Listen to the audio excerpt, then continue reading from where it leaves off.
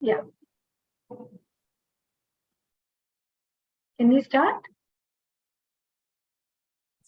Yeah, like. Yeah. A very good evening, one and all. And from Team Maharashtra Ophthalmological Society, we present to you today the first webinar in the series of webinars that we have, along with the Young Ophthalmological Society of India. This series was basically aimed at addressing all the issues that all our young ophthalmologists of today from India are facing as a team and as individual clinicians, practitioners. So imagine a young ophthalmologist who has just completed his fellowship and his training, and he is raring to start practice, and he has so many dilemmas in front of him: how to start his individual practice, or whether to start joining an institution, and how to manage his practice. So it's exactly this practice management and all its related issues that we will be today addressing. And we have with us today a host of excellent panelists who will share their experiences and help us, giving us guiding tips as to how we can improve our practice. We have our chairman of today's webinar, Dr. Santosh Bide, who is the president of the Maharashtra Ophthalmological Society.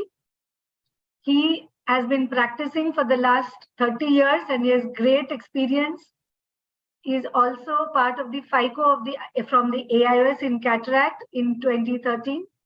And he is also the faculty at the Orbis International. He is always interested in new things, so he is going to enlighten us with his pearls of wisdom. Also along with us today, we have Dr. Sonal Kalia. She is the president of the Young Ophthalmological Society of India.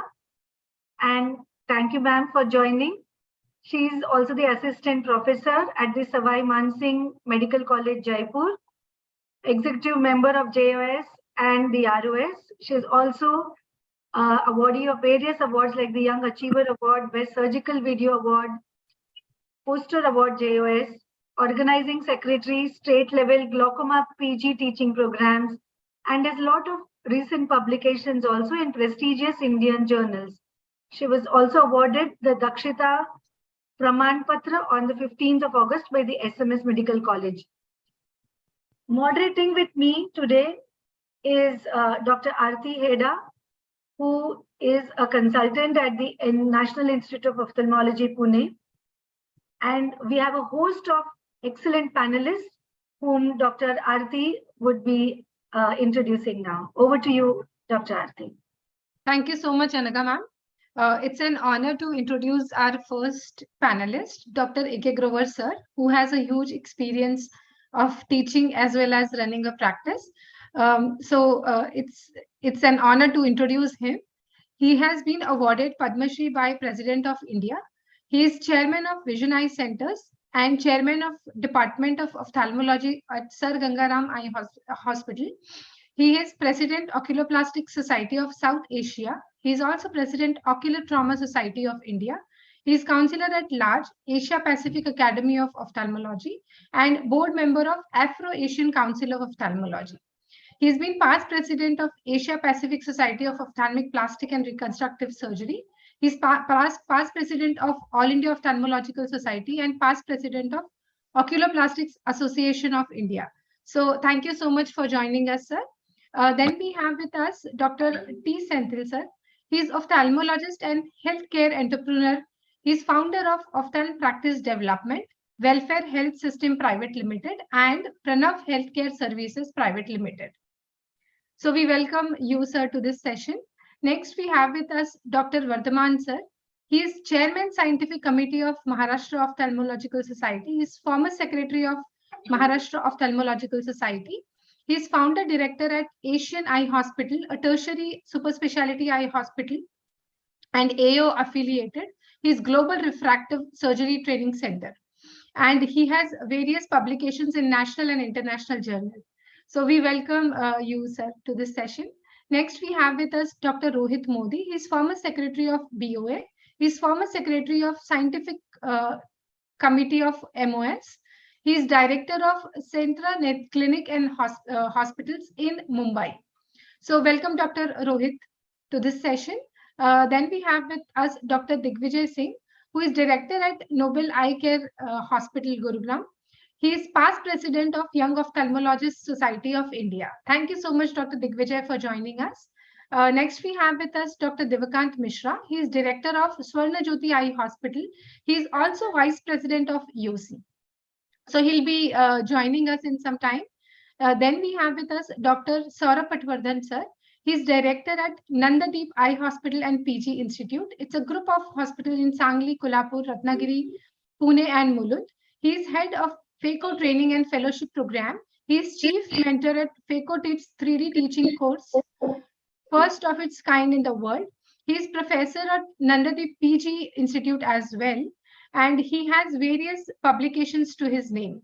Thank you so much, Dr. Saurabh, for joining us.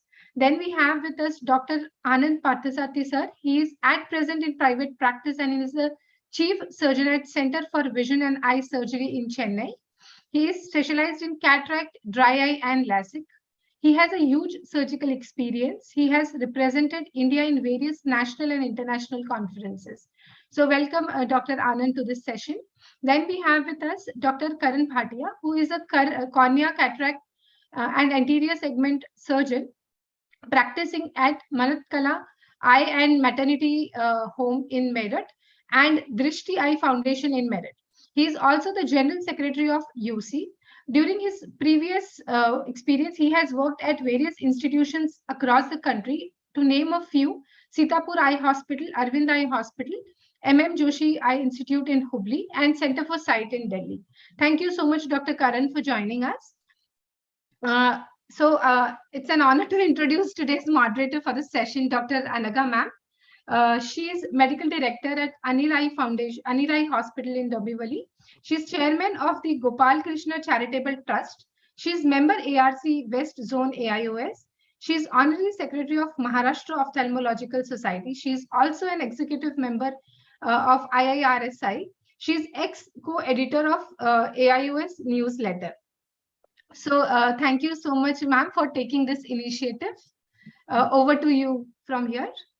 Yeah. Thank you so much, Dr. Aarti. And I think Dr. Milind Kiledar sir also is joining us. He is a very senior practitioner from Sangli and is more than 35 years of experience. I can't see him here, but I think he's just joining. Yes, he's just joining. So the questions are now to be to all our panelists. So we are waiting to hear your answers and then sharing your experiences. So my first question is Dr. Ashok Grover, sir. Sir, at the beginning of any practice, a young trainee who has got out of college, how should you consider? What are the factors that he would consider, whether to join private practice or someone else's practice or a charitable institute or a teaching institution? So how should he start thinking? What are the lines that he should think on? I think he has to begin from assessment of his strengths, which may include his academic training, his specialization, and the resources that he has, whether he has a place, whether his parents have been in medical or ophthalmic practice or not, or whether he has to start de novo. And then he should look at the need for what kind of services does his area have. The first thing that he has to look at, which I think should be thought of even when he does his fellowship or chooses his specialty, is that where is he going to settle and what is the requirement in that area. I think that is one of the important prerequisites. Once you have assessed what the felt need in that area is, whether his kind of practice will fit in with the kind of situation in his city, his metro or wherever he is, that will take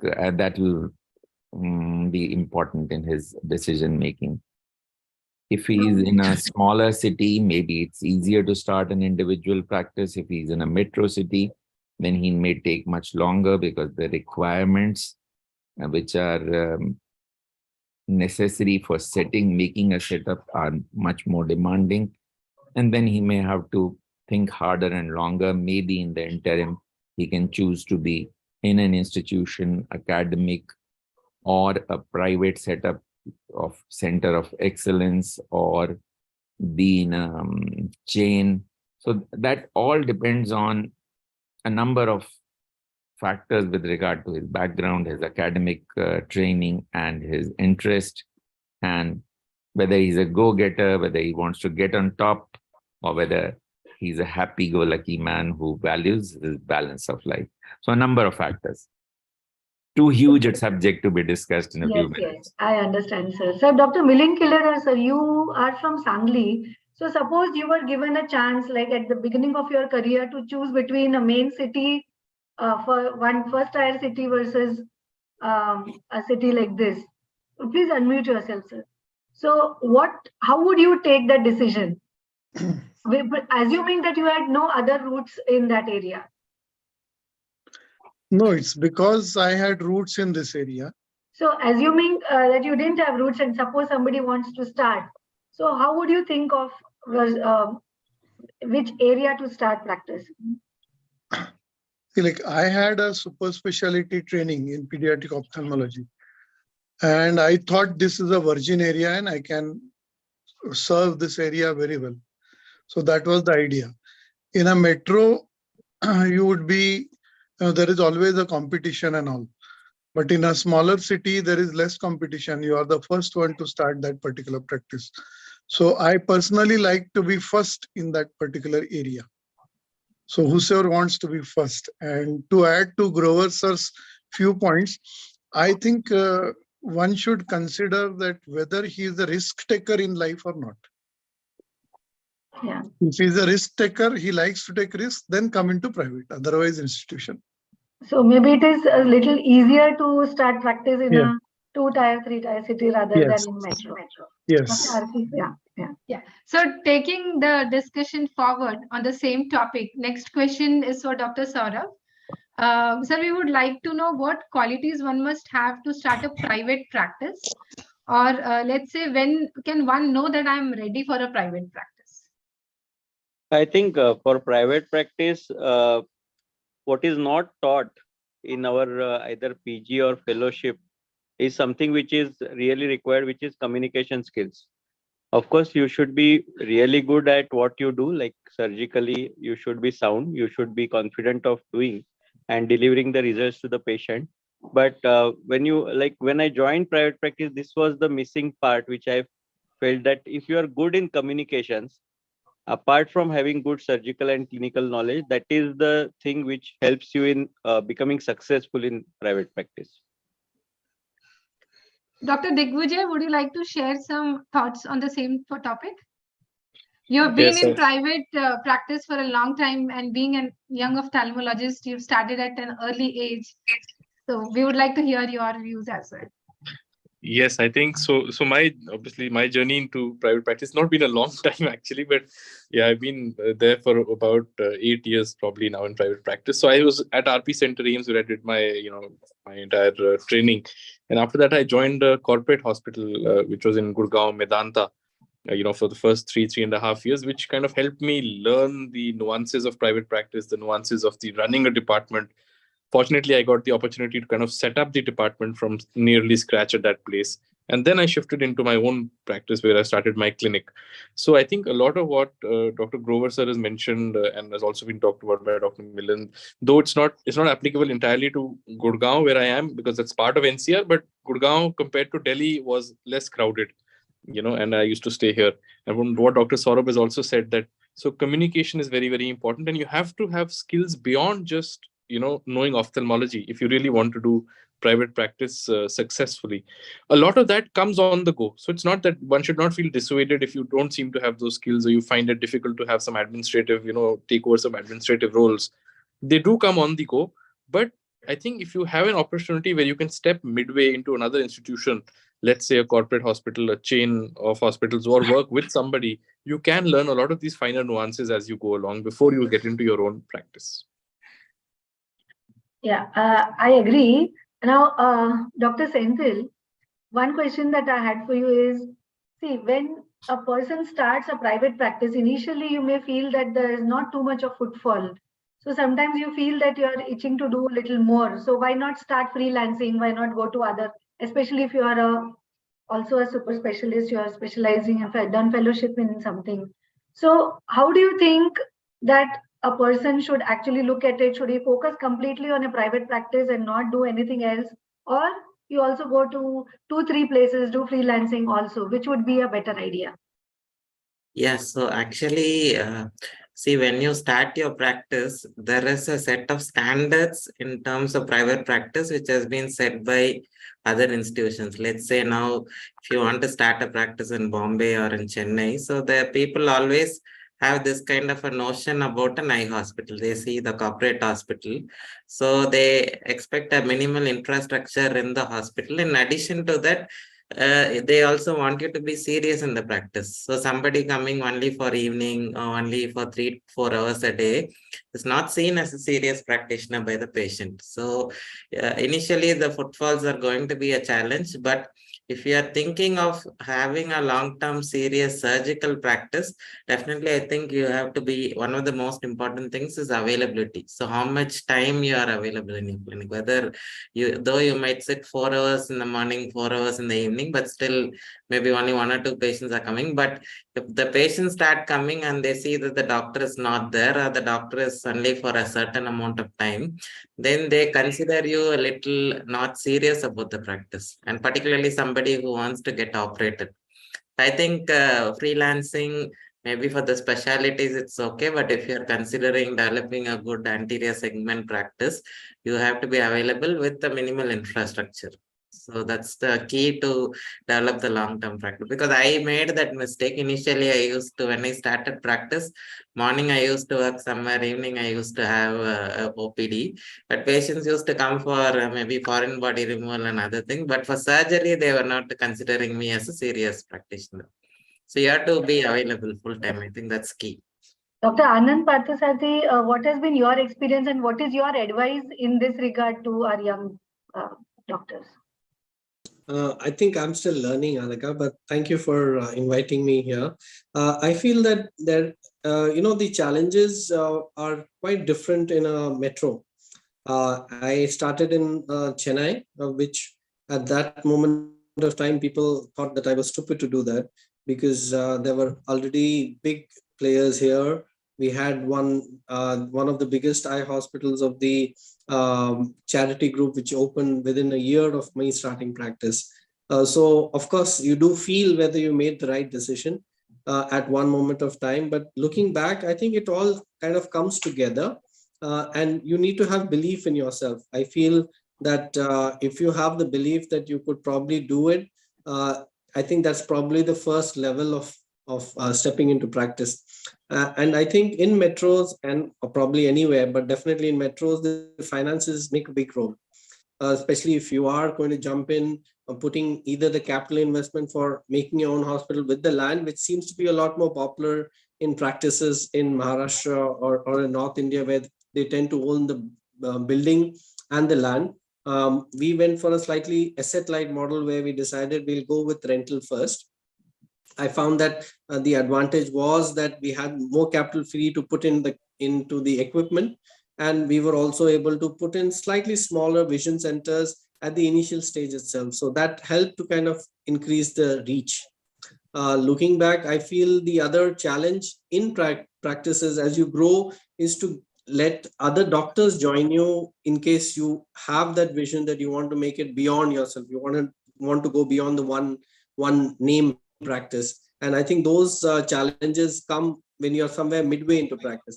But a starting practice, definitely surgical experience of having the confidence makes a big difference. So where you train and whether you can independently handle slightly more complicated cases is important, because the vision is the target. Everybody would compare you to the gold standard. So in bigger cities, the big names would be your gold standard. So you should be able to have the confidence you can match the outcomes. I think that is where the belief is. The second, I actually feel finances is an important decision. Yeah, we'll come to that. Yeah. Dr. Devakant Mishra, any quick tips that you have from your experience regarding this? Can't see him. Yeah. Dr. Devakant is yet to join. Yeah. Okay, let's go on to the next. Yeah. Arti. Yeah. So Dr. Anand has touched that topic of finances. So I think we'll have to discuss that one, ma'am. So I mean, of course, this question is from young ophthalmologists like me. So this question will be for Dr. Senthil. At the beginning of practice, how to decide how much money should be invested in infrastructure and equipment to start with? So it depends on how much money you have or how much money your parents can give. So that's one, or how much risk you can take. But we can see this in terms of rather than thinking of how much we have, how much is the thing needed to start a reasonably good, serious kind of a practice? Because as I told you now, there is a standard set by practitioners. Gone are the days when we say like, I started my practice with a slit lamp and trial set, or our seniors used to say. I don't think we can do this time. If you are looking at a practice, basically people look at a basic infrastructure, at least a practice of say 2,000, 3,000 square feet area, and maybe the OT. People expect you to have the OT inside, and maybe at least the basic equipments required for setting up a practice. So I think if you are, once you are equipped with the skills and everything, if you are able to confidently do good surgeries, and if you have the experience of working with somebody, as previous speakers said, that learning the nuances of private practice, then you have to start off with a reasonably good looking center, because ambience and all these things are people expect these days. So at least a 2,000 square feet or 3,000 square feet facility with the OT inside to do the cataract surgeries. I think so how much approximately, if you can put it? I mean, I know there is a range, and for an interior, it depends on the city. Yeah. So it depends on the city. Apart from the real estate, the rental advance and other things, I think at least 70-80 lakhs is required to start a practice for the equipment alone, equipments and the other things. So a budget of at least say 1 crore is the minimum. But I think confidently ophthalmology has been growing. I see in Maharashtra, there is a huge potential. A lot of ophthalmologists are doing very well. So I don't think people should have any fear of taking a loan or investing that money, because even with the 20-25 patients a day, I think you can still repay the loan and everything. So it should not be a problem. It's only the fear factor which prevents a lot of young doctors to not start, but I think it's not required. Maybe if possible, 2 people join together and start. That is also another good option. But at least 1 crore to start off is what is required. But now I think you have the EMI options and other things. So you don't need that 1 crore in hand to start it, but you need the willpower to start. Maybe if I can add one point to what Dr. Grover said. See, before you start, you have to think whether you are somebody suited for a private practitioner practice. As Robert Kiyosaki said, people are in the 4 quadrants: employee, and then self-employed, entrepreneur, and investor. So if you are happy to be in an employee quadrant, if you're okay, if you are a personality who wants to be working for somebody and do a 9-to-5 job, and you have to do that. If you are okay to take the risk running a practice, and then the returns are good, but whether you are that kind of a personality, or if you are like a business entrepreneur who wants to start multiple centers, or if you want to be an investor, I think you have to put yourself in one of those quadrants and then get into that. So keeping that amount of 1 CR in mind, I would like to hear views of Dr. Rohit Modi. He himself has a practice in city like Mumbai. So how much should be the minimum to start with? Please unmute, Dr. Rohit. Yeah. Can't hear you, Dr. Rohit. I think 2,000 square feet in Mumbai is impossible, actually. Yeah. Can you hear me now? Yes. Please be a little louder. Yeah. Yeah. So I agree with Dr. Senthil that for equipment purchase, we need that amount. And what I believe is that, freelancing initially also can help you build up a corpus if you're a subspecialist. And that helped me immensely. Second thing is always start with the OT, what Dr. Senthil said. Because I started my OT 3-4 years late. And when I started my OT, I can see the jump in the practice. So those are the two things which I believe are important. Freelancing does help, I believe. That was So one of you the also agree with that 1 crore? No. One There is crore no- amount. We are just thinking if somebody can change that to 75 or 50. I think Dr. Santosh sir also would like to comment in this thing. Actually, there is no figure like 1 crore or 2 crore. It depends on the city where you start. See, you can buy more place in tier 2 or tier 3 city, or maybe a district place where there is less competition and real estate is less costly. But if you are in cities like Mumbai, even Pune is very expensive. Hyderabad, Chennai, Bangalore, real estate is really expensive. So you should decide how much you should invest in equipments, how much you should invest in the place. And you should think of return on investment also. Correct.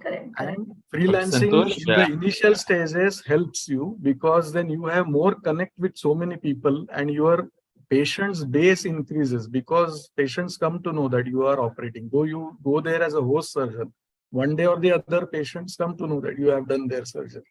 So your patient base definitely increases if you go in the initial stage, plus you earn also. And your own OT definitely will give you more revenue than if you use someone else's OT. So you should invest in a good OT setup, I would say. So Grover sir, I think Vardhaman, was trying to comment something. Sir, Grover sir, if you have to divide, let's say money for land and money for ophthalm instruments and setup, Exactly what I and was then trying to what the say. interior should be, interior. Exactly what I was trying to say, that I thought Dr. Senthil said excluding the real estate part of it. Because if we started talking of the real estate, including the 75 to 80,000, you will get a juggi in Delhi to work in. So I suppose that will have to be, if you were thinking in those terms, it will be better to start on a lease or a rental and put 75 to 80 in the equipment. In a metro city, probably the amount will have to be increased. Sorry to disappoint you. It'll have to be more in a metro city. Of course, I started with an investment of 30,000 rupees, exactly as Dr. Senthil said. I had only 30,000 in my account when I dropped out of Guru Nanak Eye Center. So I had a trial set and a slit lamp and a direct ophthalmoscope. But those times are gone. Which brings us Actually, if you can add at this, I don't think we have to be disheartened by this 1 crore figure, because even to start a good bakery or even to start a good restaurant, these days we have to invest 50-60 lakhs. So for an eye hospital, I think it's not, and for depending on, there is a good return on investment. I don't think young doctors should be afraid of starting a good center. Yeah. I can just add one thing. Yeah, Dr. Vardhaman. Yeah. Is basically, I mean, I think for if in case, and there is a good possibility that many people don't have that kind of money, and I think we have to give some credit and kudos to like probably one of our Indian national companies. I will not take the names, but I think there are good Indian companies which have helped a lot of young ophthalmologists putting up their own instruments, including slit lamp, good quality in direct ophthalmoscopy, microscope. Even they have their own phaco machine on EMIs, which are actually flexible. They have also, let's say, accepted delayed payments, and they have established a lot of young ophthalmologists practices. So I think there are a lot of good work being done by Indian companies, and I think we must give credit where it is due. Dr. Vardhaman, and coming to this, one question I wanted to ask is, now that we know that, yes, we have to divide between the infrastructure as well as equipment. So what do you think are the basic equipments that are really necessary for a good setup? Like, we know that just having a slit lamp and trial set is not going to be enough. Yeah. So what are the equipment that you feel today is absolutely essential that we should have so that we have a good practice? I think for a young ophthalmologist who is starting on his own first time and probably has, let's say, reasonable funds, but is not too funded, I think he should have, I think as Dr. Senthil said, now there is a basic standard which is set by the corporates, and it is important to kind of match that thing. So in fact, you should have, of course, the basic slit lamp, indirect, all your lenses. It is important to have your own operation theater with a decently good quality microscope, maybe a, let's say, initial or moderate ranged phaco machine. You should have a good quality biometry, even if you can go with a good quality ultrasound biometry, but you should always go with the immersion. As you know, the results are actually at par with the optical biometry. You don't have to really invest initially with the optical biometer. And it is a good idea to actually take access for more advanced investigations if you don't have the funds to have everything under one roof, including OCT, topography, etc., etc. I think especially in now tier 2 and even, I mean, tier 1, of course, but even in tier 2 cities now, there are centers which give you access to quickly send your patients, get the scan done, bring the patient, I mean, get the patient back to your clinic and probably analyze. If you are a refractive surgeon, you can take access for a refractive surgical OT. You can also take access to a good investigative module, but you have to be equipped with analysis and your clinical activity. Basically, the thing is that you can, if you are a good anterior segment surgeon or a subspecialist, but whenever you send, you should be able to cater to all kinds of patients who are coming to you on your own. So if you send somebody for a topography, bring him back, you should be able to analyze, tell the patient, plan the procedure, do the procedure. Maybe you can take access with an operation theater which can give you access for refractive OTs. But I think this is the basic thing. And today is a good time actually to start than with when I think Dr. Grover sir had started so many years ago, because now you have access to all these equipments very easily.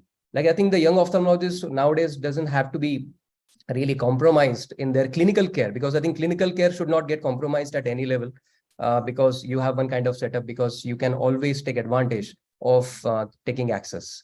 So nowadays you also have people who have these machines on hire also, and then so how is that, Dr. Karan? What has been your experience? Because you have also started, and what was your experience, and how do you think which equipments were important for you? Ma'am, I would just echo the same points as Vardhaman sir had said. But yes, the first thing, because I was in a way lucky, because I joined my father-in-law's practice, which was a basic cataract practice along with the squint and oculoplasty services. So what I did was I added my skill set, and since there was already a running OT and everything in the hospital, so the first thing that we did was we bought an OCT machine. Because even though you were not going to get those returns early on, but it really helps to get everything, a good diagnosis, and that it becomes almost a complete place. Now, in my machine OCT, so I had discussed it with a couple of my friends also who had purchased that machine. So I took a topographer also, a small attachment with that machine. So I'm using that topographer only for screening purposes. And I have an attachment to another hospital where I visit as a cornea consultant, which has access to everything like an optical biometer. I'm doing immersion biometry with excellent results, all premium lenses, even toric EDOF lenses also with immersion. But whenever there's a doubt in biometry, I take the patient to the other center where I also practice. I do my YAC capsulotomies there. I do my pentacams there. And it really helps me to get, and then the patient comes back. So I have access to all the equipment. Again, saying the same points as Vardhaman sir has said. Dr. Saurabh, you wanted to say something? Yeah. Yeah, I wanted to tell about the lease or rental. So I think whenever you are planning a place on lease or rental, do a good background check about the owner. So many times I've seen that young surgeons, they jump on a place which looks nice and rental, but many times these owners have the tendency to later create problems and extract more money. So negotiate hard, reduce the deposit as far as possible, take a longer lease if you are confident of the place, and also make sure that that owner has a good background. So not a criminal background or those kind of thing, because I have a few youngsters who have suffered because of these issues, because for in that first 5 years of practice, you are really less on your financial part. So this, and what happens is that over in the initial period, that is the major expenses from the hospital. So every month you have to pay rental irrespective of what your practice is. So if you negotiate hard and keep it low, it really helps. Yeah. Plus, All the also equipments to are available on rental actually. see All if the they're ready or not. Yeah. all the equipments are available on rental, so young people should not worry.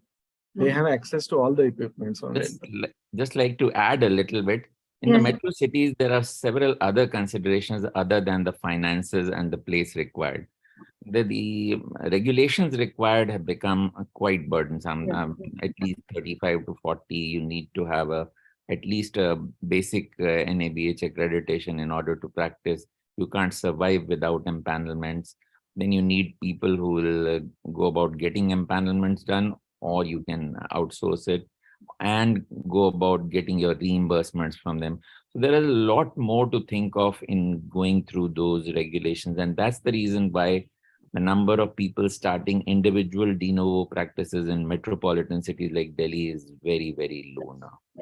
And there are reasons for it. And increasingly, we should be thinking of group practices. For optimal utilization of all the equipment that is needed, you need to be thinking during your fellowship days of the people who are like-minded, who can be co-opted in, with, of course, good safeguards in terms of well-worked out agreements with good exit clauses and so on and so forth. But group practices should become the norm, because underutilization of your investments is a very, very common problem, even in practices which are flourishing. So more thought out investment done in groups and utilization of some equipment at common centers would be a very, very good idea. I think the time for which is now extremely ripe. Otherwise, the huge investments you make, you pay all the time to the big companies, including, I mean, many of them have those clauses where you pay per use as well. So all your life, they'll be in their Mercedeses and we'll be in our Maruti 800s. Can I just add a couple of points to what Ashok, Dr. Grover sir said? Yes, sir. Yes, sir. I realized that sometimes the machines, sometimes especially when we start off, having trained in the best institutes or having worked in corporate hospitals, we feel that that is the standard. And I feel that sometimes may not be really required. Especially, you need to be a lot more cognizant of the cost when you're putting in your own money. For example, if you are going to be a predominantly anti-segment practice, the need to buy the highest end microscopes, sometimes though it's very, very tempting, may not be very ideal. I feel that a lot of the entry-level microscopes now, which probably in an OT is the biggest cost other than probably the phaco machine, you need to be very, very cognizant that does it really add value in terms of output? And if your surgical skills are good, and now with such a lot of innovations at our level where you can actually convert a basic microscope to a 50 lakh microscope, I feel the requirement to put in that much of capital at the start has come down. And what I find is that over a period of time, if you really want to upgrade, that's a better option once you have the numbers. My approach in terms of having the own OT was slightly different. I decided that for the first year, let me hit a basic number, and I had a mental number which I wanted to cross before I actually put it. I think the critical part now, at least in metros, is where you're getting 18-90% of patients with insurance. That is something that is never actually going to go away. So you probably need to work towards that anyway. Yeah. So to summarize, ma'am, can we say that we can have staged investment? Let's say for stage 1, you can do the basic investment wherein you have basic OPD and a cataract setup. And stage 2, maybe you can have a subspecialty investment, let's say retina or glaucoma, kind of that. Okay, so now let's move on to the next discussion. So this is probably the challenge which not only young ophthalmologists, but all of us are facing. It's a challenge given to us by aggregators and TPAs. So let's hear Dr. Ashok Grover sir's view on this, that how can we overcome this? Difficult. TPAs have imposed an arbitrary limit, and without a rational basis, without any working out of the costs, and the ceilings that they have put have not been increased for years and years in very, very many cities. So which is a kind of a burden which has a huge impact on the growth of a practice. I mean, if we are talking about developing centers of excellence, or if we are talking about developing international tourism for our cities, this is a big dampener. So there is no escaping them either, except if there is a collective action, which is not so easy and has been possible only in one metro, as we all know. So you have to try and form a good group of from your state association or from your city association, and try and bargain hard with the insurance companies to get a reasonable reimbursement from them. Then, of course, the other problem is the government agencies and the agencies, the government or subsidiaries of the government, where again the reimbursements at CGHS rates is bad, and Ayushman and all the state schemes have further worsened this, where the reimbursement that you get are much lower than your actual cost if it is calculated in the appropriate manner, as Dr. Senthil would very well point out. So therefore, you take them on at times because you want the numbers in order to at least subsidize some of your fixed costs that are going out. And therefore, you have to get into that trap. You don't really have an escape.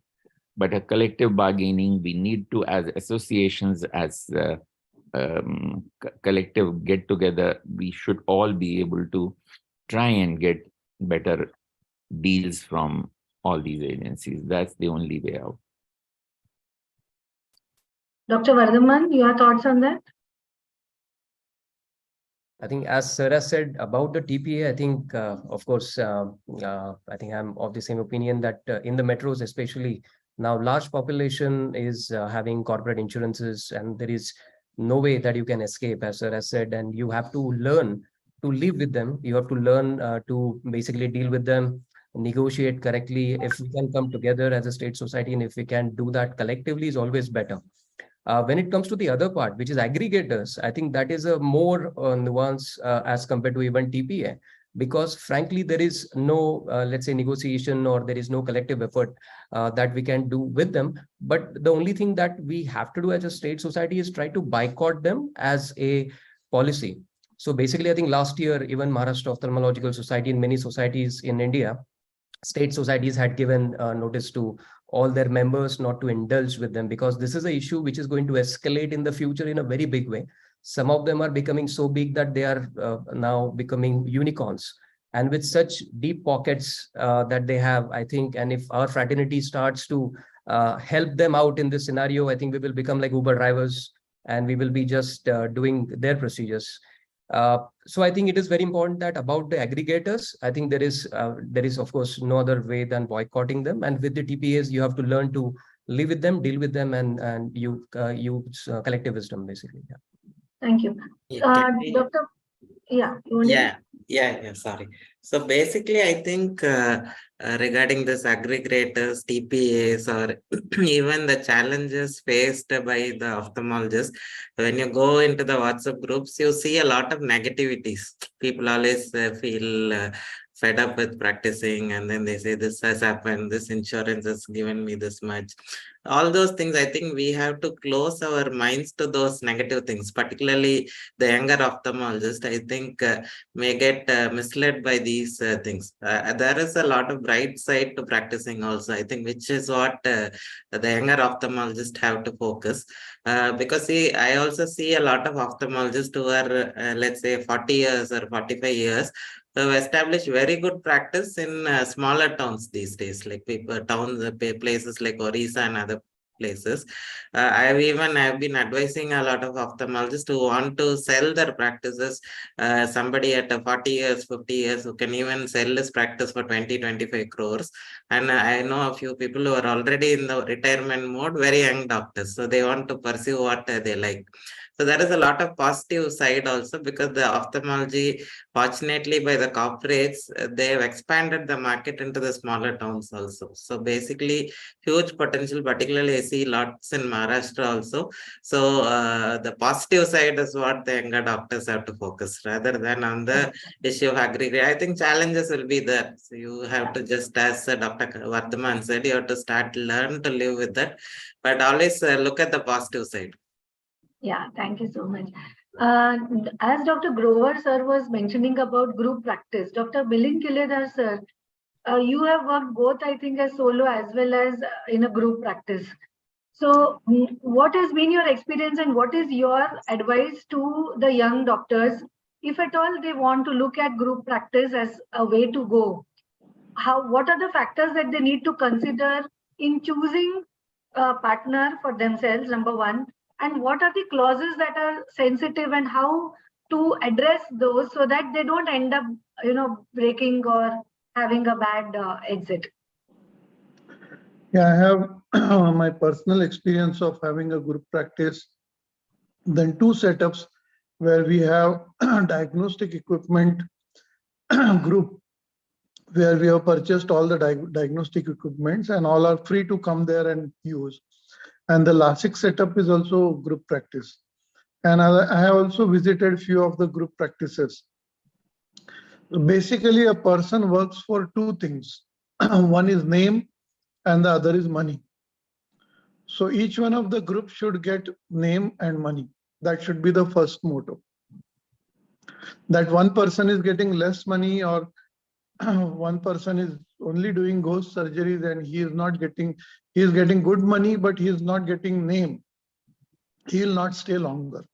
So these two basic principles, that a person works for name and money. If these two things are fulfilled, then all other finer things can be fine-tuned. But by and large, avoid having similar subspecialties in the group. Try to have different subspecialties and try to limit the ownership to 3 to 4 people only. Don't make a very big group, because then it becomes a little difficult to manage, because everyone will have his different thought process. And amongst 3 or 4, it is very easy to write down the things as to how to come to a conclusion. And even you can choose to have higher or lower value of your partnership. Like one partner can be 50%, other 3 can be 20, 20, 10, or whatever percentage you want. So accordingly, people will have a choice of investing at different levels. A little bit senior person can invest more, a junior most can invest less, and still there can be a very good group. So keeping these 2-3 things in mind, group practice can be very well started. And that I think, as the Grover sir said, it is the way to go now. Thank you so much, sir. So the another important aspect in ophthalmology is administration. So, I mean, we would like to know how to manage the administration along with the clinical work if you are a solo practitioner. So this question maybe we would like to ask Dr. Saurabh. Dr. Saurabh. Yeah, so I think when it comes to administration or management, what everyone has his own ways, because I feel practice is like, extension of your personality. So it is either, what your personality is, or it is complementary to your personality. That means if, you are extrovert, you are, outgoing, and you want it to be, but you may not be, looking after very minute detail, or you may not be perfectionist, then the management should be such that it should be complementary. That means whatever, lacunae you have, that should be fulfilled by the management. That is how I think whenever I think of management. And I think apart from administration, I think it is more of man management. So that's what even my father said when I joined him. See, management is nothing but man management. If you have good people to work with you, then it is very easy to manage either a small hospital or a big hospital. So I think the first aim, what we should have is that to have good people who can work with you, having common goals, loyalty, integrity, and honesty. So if you find those people, everything else becomes very easy. Yeah. Thank you, Dr. Saurabh. Dr. Senthil, I wanted to ask you one question. So how do you monitor the growth of your practice and how do you calculate the break even when you're starting a new center? Actually, I think many of the ophthalmologists don't, in the initial stages of say 5-10 years, they don't calculate the revenues or what is the break even and all these things. The first step would be to have some simple systems in place. Like, let's say what is the right starting from, you can even create a small Excel sheet, like how many new patients are coming, what is the total number of patients every day, and then a segregation of your turnover into how much revenue came from consultation, how much came from procedures, how much came from investigations, what is the sale of opticals, and then comparing it with every day. So basically, if the number of new patients coming are more, I think your practice is growing. And let's say at the end of 1 month, first year, if you're done, say 50 lakhs turnover, and second year, if you're done 60-70 lakhs, only thing we fail to monitor that. Basically, we don't see what many of the doctors don't even calculate how much they're earning every month or every year from the practice.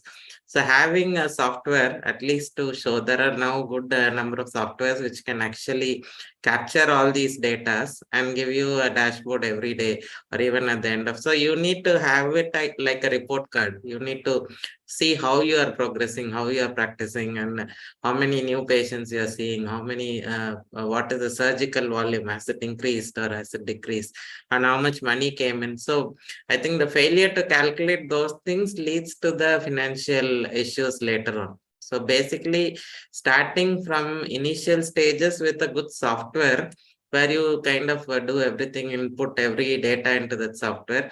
Other biggest problem is many of us don't want to account everything. I think maybe people are happy with the cash transactions. So basically letting go of that and then accounting everything right from day one and then paying the necessary taxes and everything. I think that is very important. So having a good software to a good investment. We invest a lot on equipments, but we don't want to invest more than 30,000-50,000 for a software. But actually, the software is the backbone of running a successful practice also. So having a good software and then monitoring it month on month. So let's say out of 10 people here, how many of us know what is the growth of our practice compared to last year? How much we have grown? Have we not grown? And have we made money? So I think those are the things which we have to start calculating, which the corporates do in a very proper way. And the monitoring of those metrics helps them actually to grow. I think that is what we have to do. I can share some metrics if any of you want, please message me. I can share you some simple Excel sheets which you can use every month. Ask your staff to fill it up so you can actually see how you're doing in terms of your practice. That is really great. I think that will be very, very helpful to all our, I mean, not only young ophthalmologists, but also to all the private practitioners, because I think one place where we lack is this. Yeah. And maybe in the training also, I think this is one thing which I think should be also included in the curriculum in all our training programs. Yeah, Dr. Aarti. Yeah, so Grover sir, you have seen almost 3 generations of ophthalmologists and how ophthalmology has evolved. So next question would be like, should we have our own optical shop and a pharmacy to say that we have eye care under one roof? And how important and easy is that in today's scenario? Yes, in current scenario, those two are important sources of revenue and they should be a part of a setup. Of course, space permitting. And opticals should have a very reasonable area available, which is attractive. And the amount of revenue some opticals give you is sometimes enough to carry out all your expenses on HR at some places. So it is therefore important that those are part of your services. It of course helps the patient as well, that they get reliable services. They're happy to utilize your pharmacy service as well, because they're more confident of the products than they would be outside.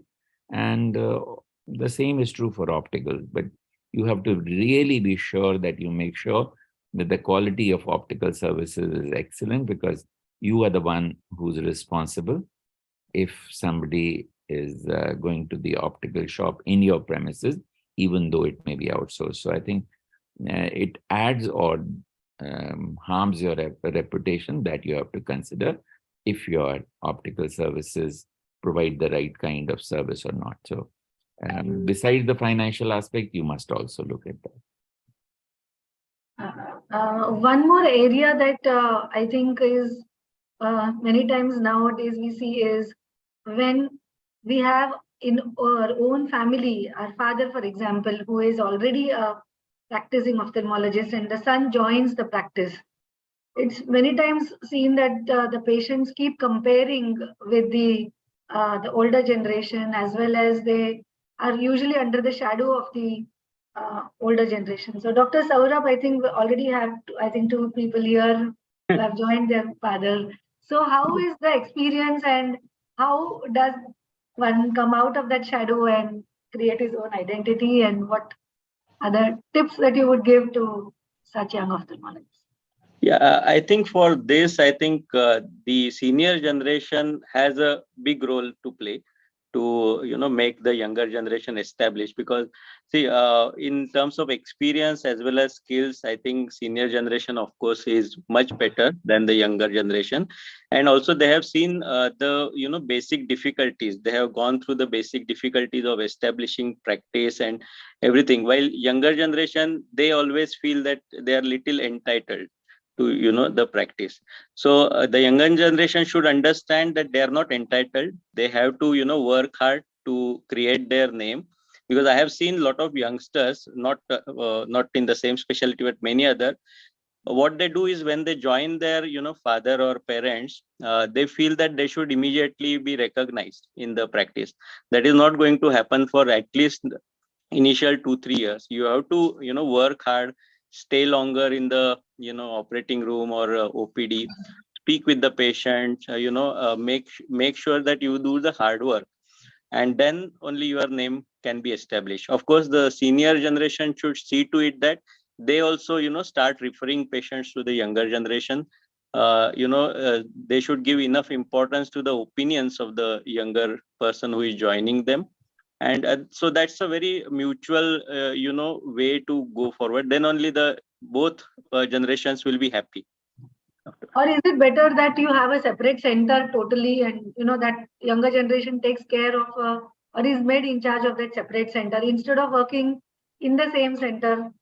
Yeah, it depends on what your plan is, or even what is the plan of the senior generation. Like if senior generation wants to retire earlier, so then it would be better that you stick with the same center and grow that center even further.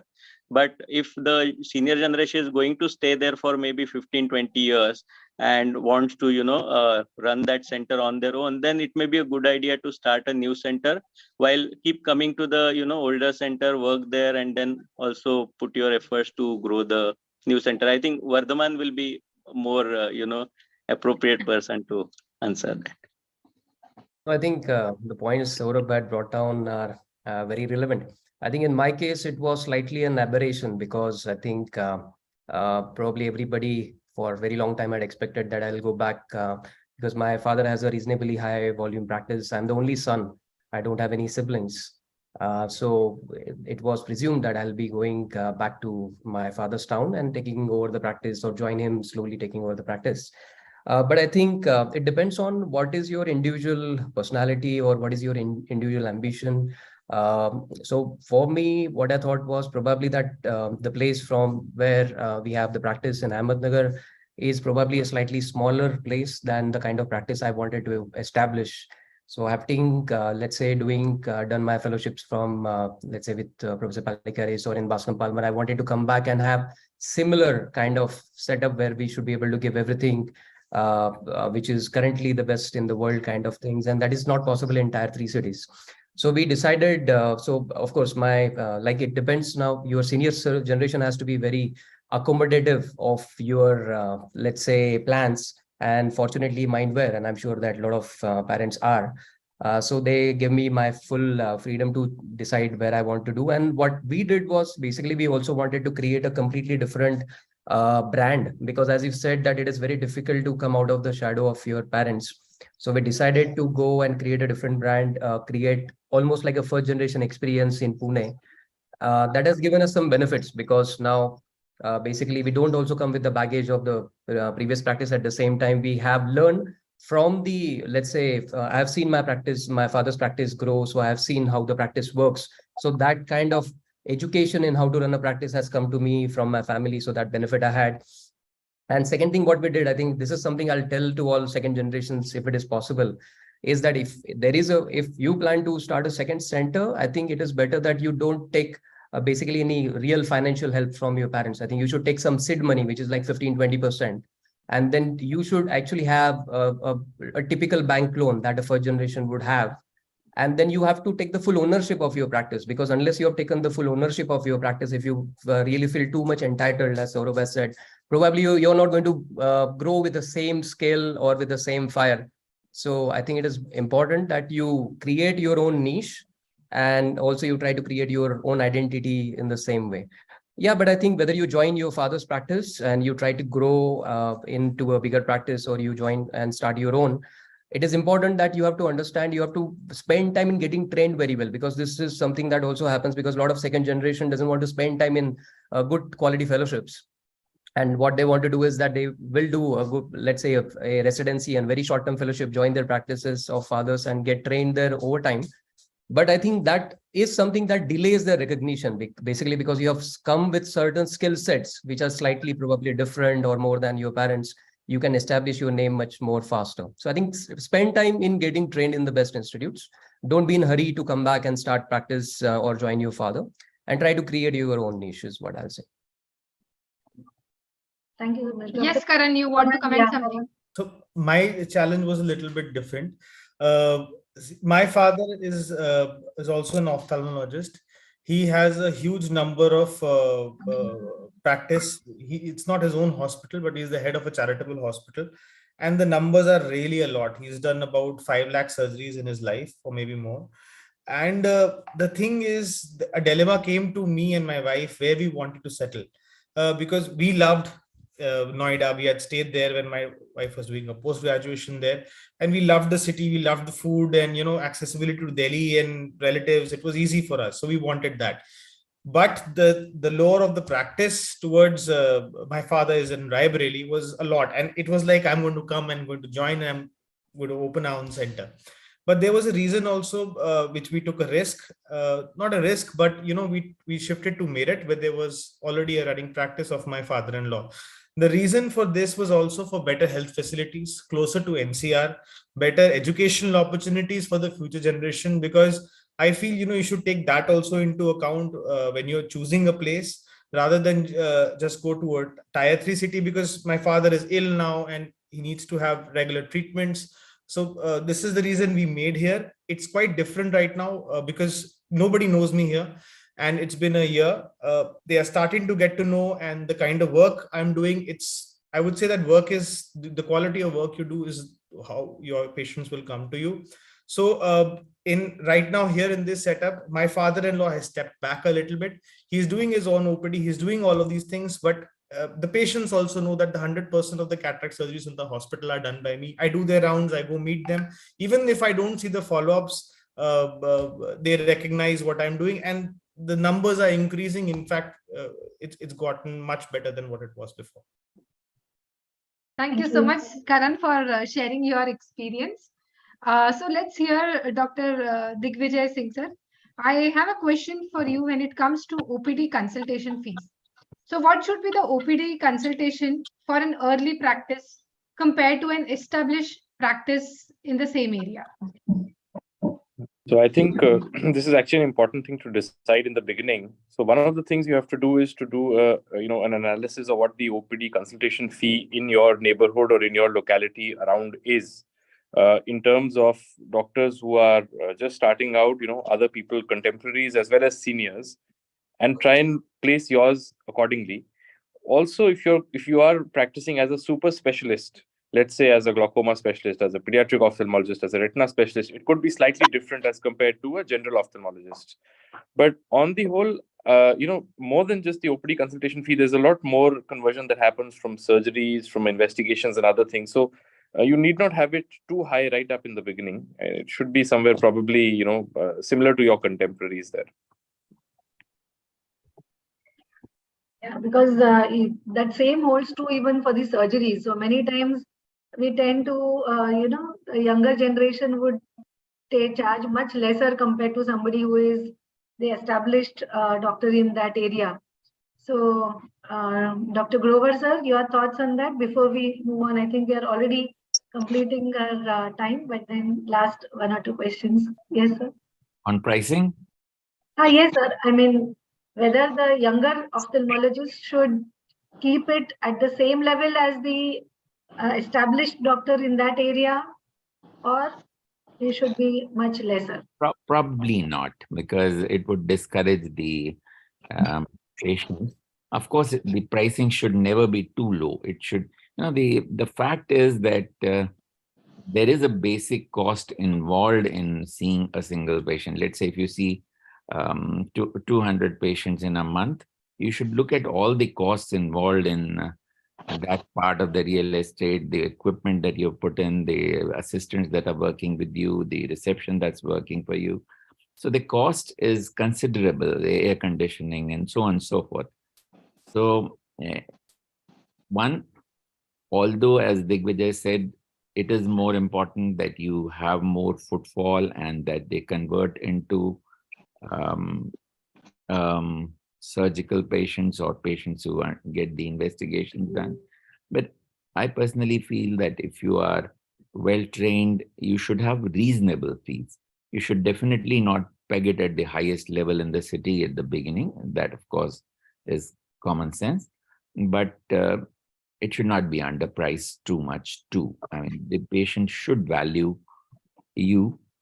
You may have some charitable activity, maybe in a separate area where which attracts some attention to you or some footfall, but then the way the corporates are able to do consultation fee of a negligible consultation fee or no consultation fee is not the right thing for practitioner who's starting. They should have a decent fee, but definitely not priced on the higher levels.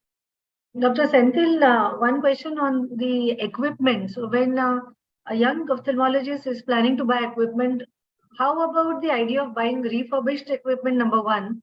And number two, how would you negotiate with companies? Because, you are new and obviously they would not listen to you. So how would you go about it? Yeah, I think I can tell a story of a young ophthalmologist who started, I think, in a part of Andhra. And he called me, he was 7 years into the practice. And then he called me and then he said, like, sir, I'm planning to start a new hospital. And how much is then, just like the question we had. So I said, you need at least 80 lakhs, 1 crore. And maybe 15, 20 lakhs you have to put as your seed money, and the remaining you can take as a bank loan. He said, sir, I don't have any savings. Last 7 years, whatever I had earned, I've invested in equipments. And then I asked, what is the equipment? He said, he got the very higher end microscope costing 30, 40 lakh rupees, and then a very costly phaco machine. I said, why did you buy that? at the beginning stages of your practice. I think at the initial stages, you don't need those, though if you can afford it, it's okay. But otherwise, there is no requirement to buy a 40 lakh microscope where you can do very well with even a 10 lakh or 8 lakh rupee microscope. So the smart investment is very important.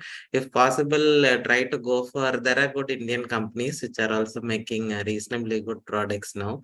So don't have to be overwhelmed with the branding and the multinational companies. So if the equipments can do the job at the initial stage, I don't think you have to overstretch yourself by investing in those costly equipments. And refurbished market is not that much grown in India because the Indian culture is to hold on to products. So basically, doctors don't want to sell equipment unless they are really, it's not like Europe where people upgrade, they sell every 4 years, 5 years. So it's the market out there is not very big. But still, if you can buy from one of your friends who is able to sell it to you, that is good. Negotiation, I think now with the advent of social media and other things, companies have also come to the understanding that it's not possible to overprice equipment. So the differential pricing has reduced a lot. But if possible, try to buy together as a group. Maybe people join together and buy. I think those are all good ways to buy equipments now. So go for Indian brands. If possible, get a refurbished also. If the Indian brands are not available, then try to buy as a group. I think these are, and don't overstretch yourself by investing on those heavy equipments. I think 50, 60 lakh microscope not required at the beginning of the practice. Otherwise, when they get over leveraged by taking a huge loan, then that burden and that stress itself, then somewhere they may start doing unethical practice. So I was literally, I told this doctor that, see, for 7 years you worked for the microscope and a fake commission company. You have not worked for yourself. So, which is not the right thing to do. Though the companies try to lure you, they say like, we can give you the EMI and sir, you have to buy this big product and all these things. I think we should take a smart, particularly when starting up, you should buy what is optimal. You don't buy the luxurious equipments. That's important. Very, very, very sound advice. Yeah. So to summarize, we have to be the smart investor if we want to really survive in long term. So maybe we have a lot of viewers seeing this webinar. There are few questions from our audience as well. I'll just start asking. We have 2 questions as of now in my hand. The first question is from Dr. Ketki. How important is NABH accreditation for routine small setup as a newcomer? So maybe Ashok sir, you can take this question. It's in the beginning, it's not worthwhile investing for an NABH accreditation unless it is essential. So for the beginning practice, say in Delhi, you have to, of course, have the basic NABH accreditation in order to then have empanelments and so on and so forth. So there you have to do it. But otherwise, it is definitely an investment. You can be quality conscious even without the NABH accreditation. But as time passes, NABH accreditation definitely helps in improving quality when you have the extra manpower to do that kind of record keeping, to ensure that all the requirements of all the manuals, all the chapters and all those can be met. You have additional staff for quality management and for HR record maintenance and all those things. Then, of course, you should go for accreditation by NABH. But in the beginning, you need to be quality conscious without really necessarily going in for an accreditation by NABH. Anagha ma'am, would you like to ask the next viewer's question, which is from Dr. Jignesh Taswala? No, you can ask. I don't have it. Yeah. So next question is from Dr. Jignesh. Splitting of consultation charges, equipment-wise, what are your views? So maybe Dr. Anand, if you're around, we can take this question from you. It's not seen yet. Yeah. Saurabh sir, would you like to answer that? I didn't understand the question So exactly. probably he wants to ask, how would you split the consultation charges? Like in some places, they charge extra if they're doing gonioscopy or application tonometry. So is it advisable, or as a bulk, you should take the total consultation charges? Yeah, I have seen some practices where every investigation is charged. It is up to you. But we generally at our practice take a composite charge, which includes all the basic test. So I think I'm not sure, like whether patients like that, paying for the autorefractometry, then for gonioscopy, or I don't know how it No, I works. think if I can weigh in there, see, one of the things is that you as an ophthalmologist know that if a patient of glaucoma has come, he does require a gonioscopy, he does require an application tonometry. Now, if you have different charges, the patient may say, no, I don't want to do this and I don't want to do this, which may actually be a kind of a negative in the sense that as a surgeon, it's required and should be done. So then either you're doing it for free and then you're negating your own charges that you've placed, or you're not doing it and then you're not doing justice to your practice. So this is kind of like a tricky situation, but this did come about especially after CGHS and all these rates came, where they had different rates for different things. I think a composite charge works best, but you could have this as an add-on, particularly where you've got maybe a specialized investigation of some sort. Maybe if you want to do a pachymetry, so something like that, you could add it on. But generally, I think it's probably not a very good practice, as a practitioner. Actually, I would just add that it probably adds to a negative perception of the practitioner or the practice if there are too many add-ons. So I think as far as possible, composite, but of course, there will be additional things like he said, pachymetry, gonioscopy, not for a glaucoma practice, but for another practice, maybe you could put it as a separate one. But those should be exceptions rather than the rule. Yeah. And I think the pricing part for either for OPD or investigation or for surgeries is a science, a different science. And many of us, in fact, I have seen many senior practitioners also, doing surgeries at, such a low charge that the juniors them suffer a lot.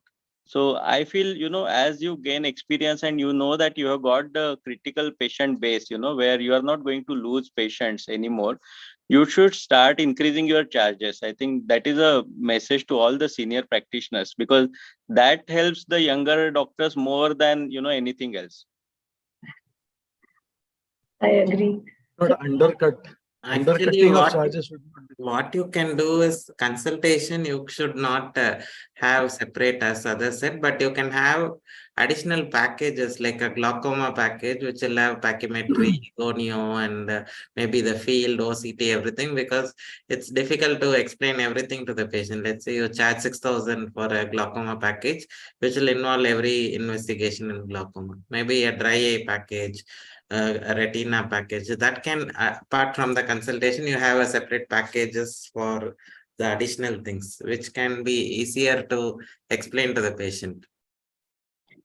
So actually, there are so many questions that we have, and time will always be short because there are so many challenges that we keep facing.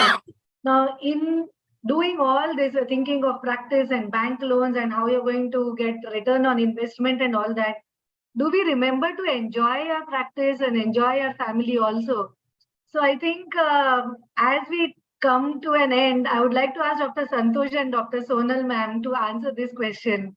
That go back to your time when you started practice, and as a good takeaway for all our young ophthalmologists, how do you take out time for your own, for having a ideal work-life balance? Do you actually think of also work-life balance for a young ophthalmologist, or you just say, no, now you have to just jump into practice and not think of all that at all?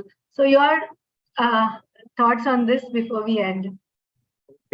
I just wanted to point out something regarding the previous question also. Yes. So actually there are a lot of states where, like in Rajasthan also, all the people who are working in the government setup are allowed private practice. So once they're allowed private practice, they are, like in the evenings, we are also doing our private practice. We're not allowed to technically operate outside, but we can do our practices. I used to do a practice till a few months back, and the thing is, these practices are allowed only at certain rates. Like professor can charge say 300 and assistant professor can charge 150, 200. Some rates are fixed by the government.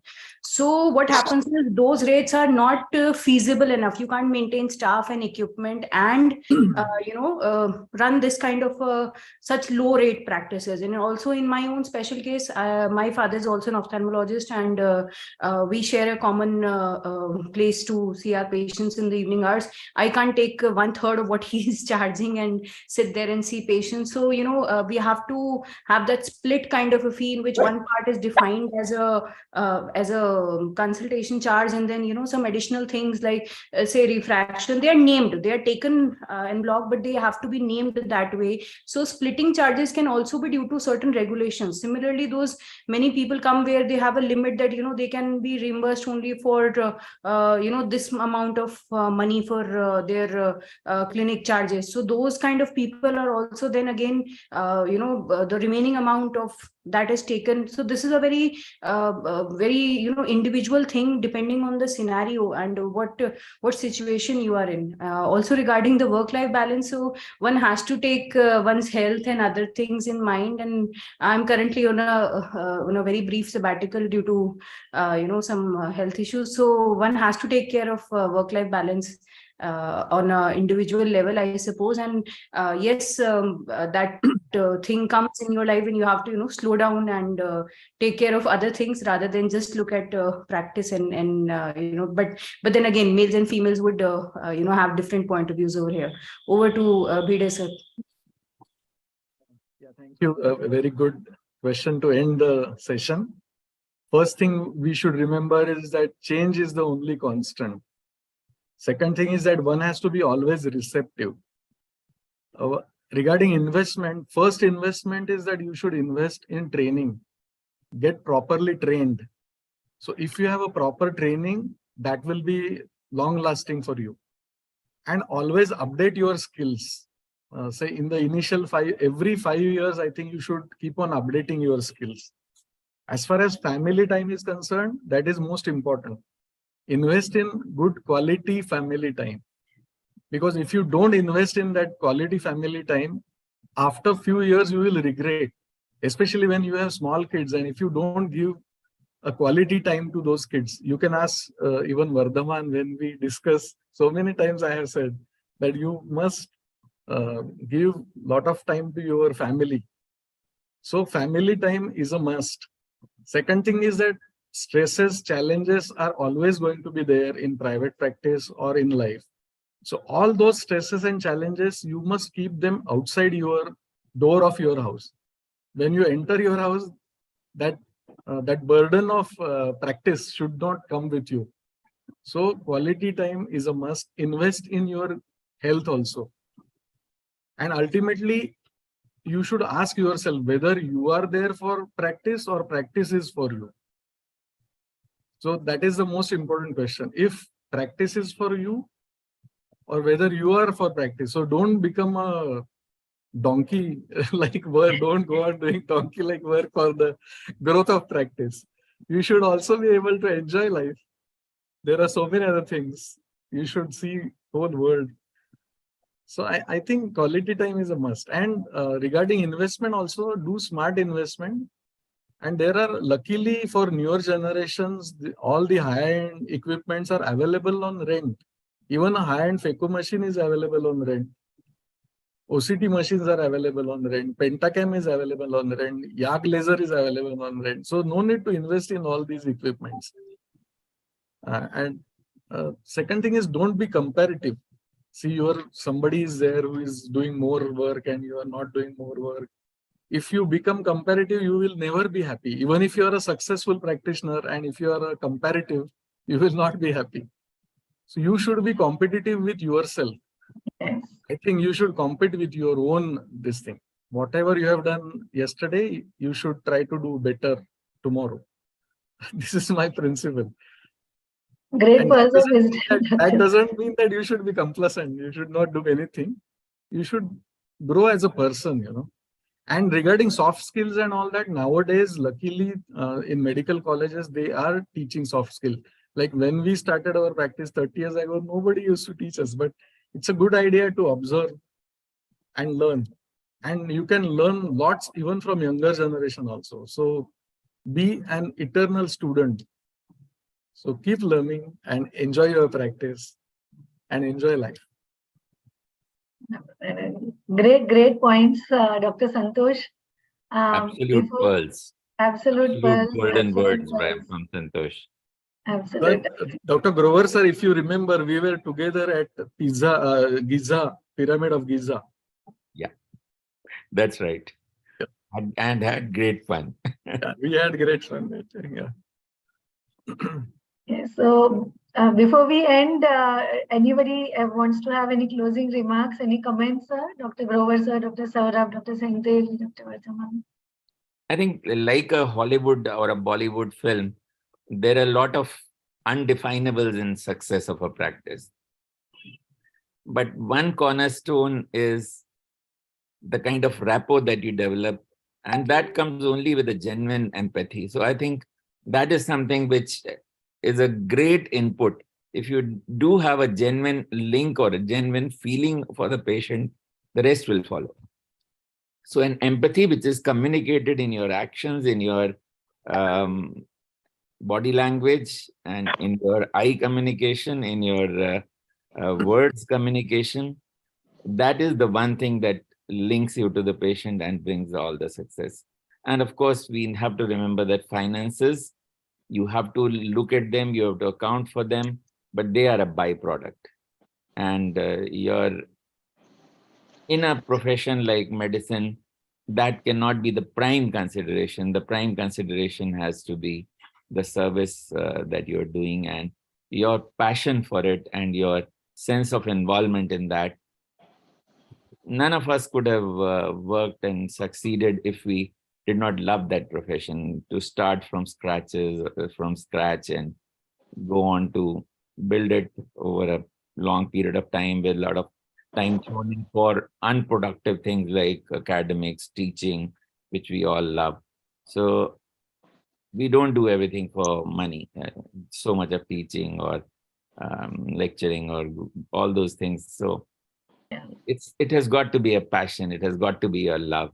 And of course, that should not be the only love. Your family, your entire world has to be in your perspective.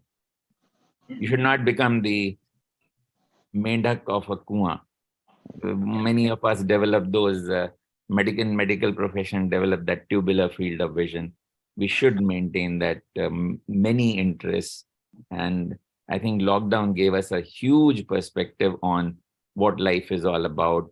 For the first time, I thought of reading about the philosophy, about a religion, about world history, about how we as human beings evolved, at looking at some of the other interests like music and so on and so forth.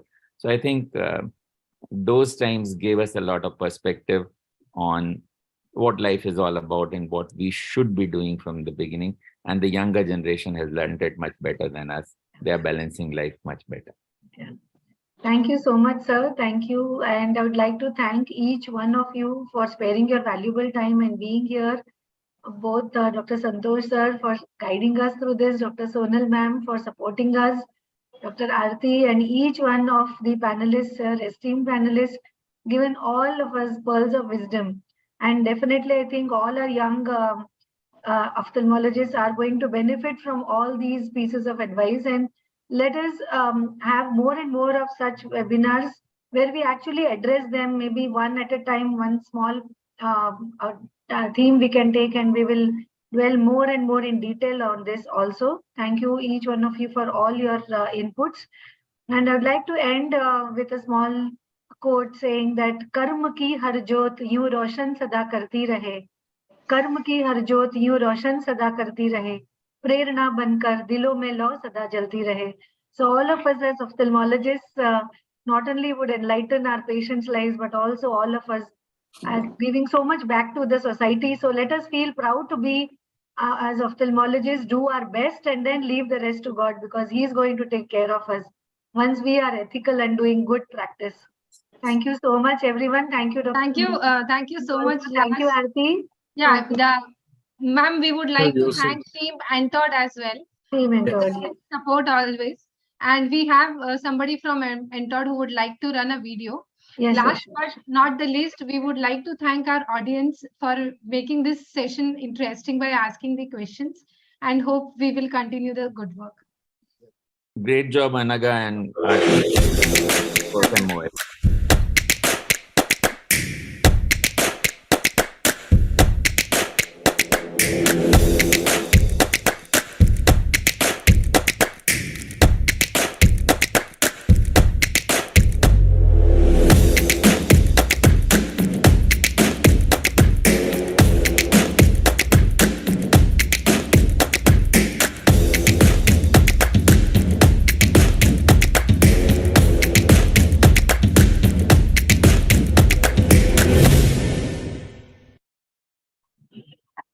Thank you.